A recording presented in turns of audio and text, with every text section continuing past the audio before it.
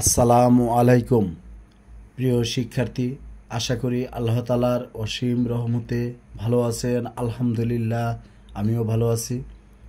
আজকে আলোচনা করব বাংলাদেশ উন্মুক্ত বিশ্ববিদ্যালয় এসএসসি পরীক্ষা 2026-এর ইংরেজি প্রথম পত্রের সাজেশন এবং অন্যান্য বিষয় নিয়ে।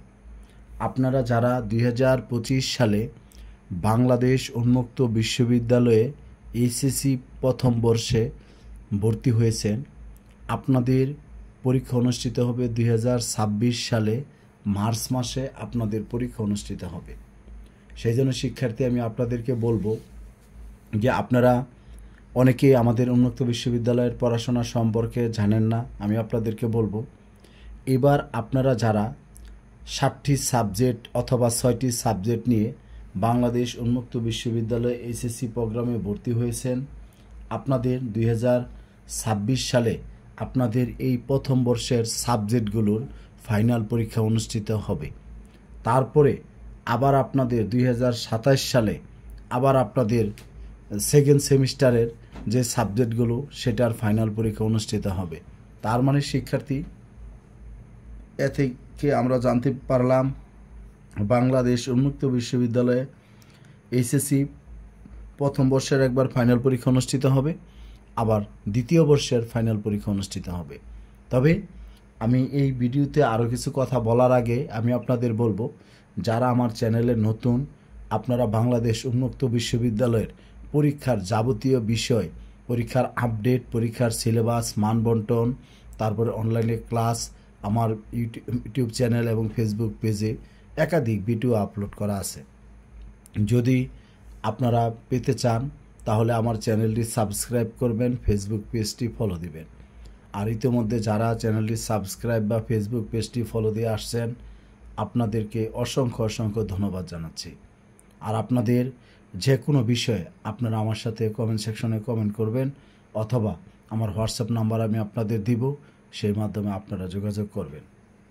এখন শিক্ষার্থী, আপনাদের এই ইংরেজি প্রথম পত্র বইটি আমি আপনাদেরকে বলবো, বিগত সালের প্রশ্নগুলো অ্যানালাইসিস এবং আমার দীর্ঘদিনের কাজের যে অভিজ্ঞতা বা আপনাদের এই পড়াশোনার বিষয়ে, সেই জন্য আমি আপনাদেরকে বলি যে, যেমন দেখতে পাচ্ছেন 2023 সালের প্রশ্নটি, তারপর আমাদের 2022 সালের প্রশ্ন।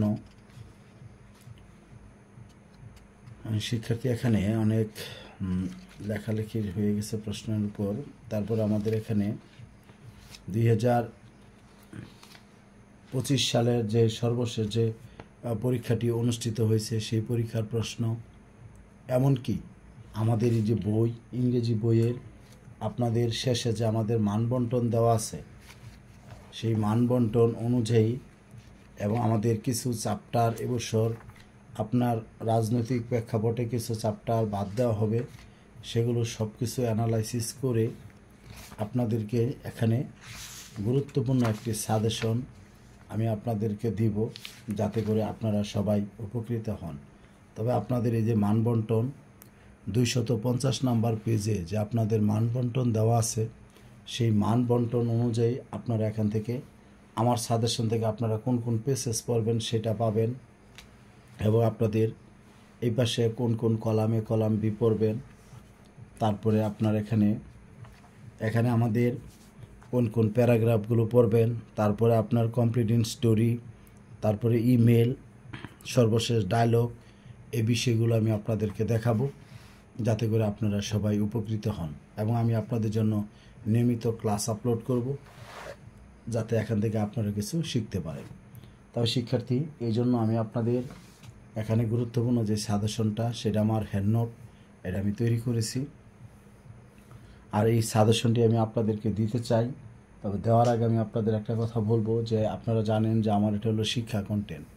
এখানে শিক্ষার্থী তেমন ভিউ হয় না, আর একমাত্র আপনাদের যাদের প্রয়োজন, আপনারা একমাত্র আমার এই ভিডিওগুলো দেখেন।